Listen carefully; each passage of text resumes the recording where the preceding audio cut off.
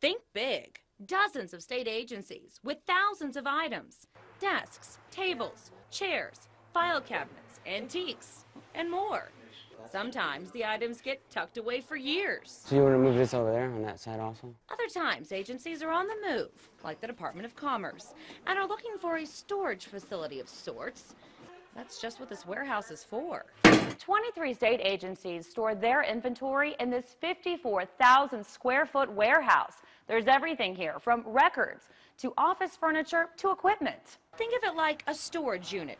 Each state department is required to track all of its inventory that costs more than $2,500. Then the agency sends the list to the Department of Central Services, which oversees it. The collection of data is certainly centralized, but it's up to each individual agency to fill out the survey reports and send it in to us, and they do by and large. Centralized isn't the word Representative Jason Murphy would use. Over there, they should have an office. It's a cubicle. They should have a bunch of files where every year these big inventory items come in and they just put them on file. In fact, even when we asked the administrator of DCS if he could tell us what's on the centralized list, he said, yes, there is a listing. How information can be retrieved right now, I'm frankly not quite sure. It's probably a truthful statement. He probably doesn't know. So when we asked DCS what it does with its inventory list, I am not familiar enough with that aspect. not familiar with how items are tracked. And that means thousands of items worth millions of dollars may not even be known about. There's been issues that maybe agencies are hoarding unneeded supplies and that the cost to warehouse and store them could be significant. That leads to yet another expense. You're having to spend money for new inventory where there may be something out there that would fit the bill. But again, no one really knows how bad the problem is.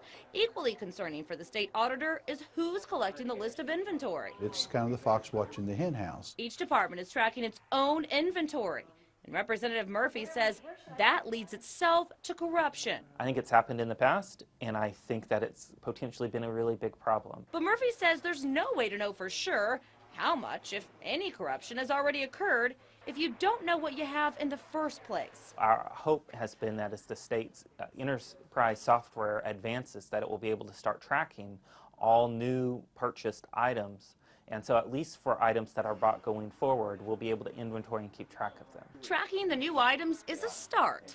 Plus, he'd like to get the state auditor involved, too. If they think the auditor's going to come in and point to those things and say this is a problem, then they'll naturally tend to correct it on their own. Anytime we can eliminate waste or inefficiency, then those resources can be used somewhere else. Despite tracking concerns statewide, agencies like the Department of Commerce say it certainly can benefit from the warehouse. And state leaders say that's the whole point, as long as the state knows what's inside. Marla Carter, 2 News works for you.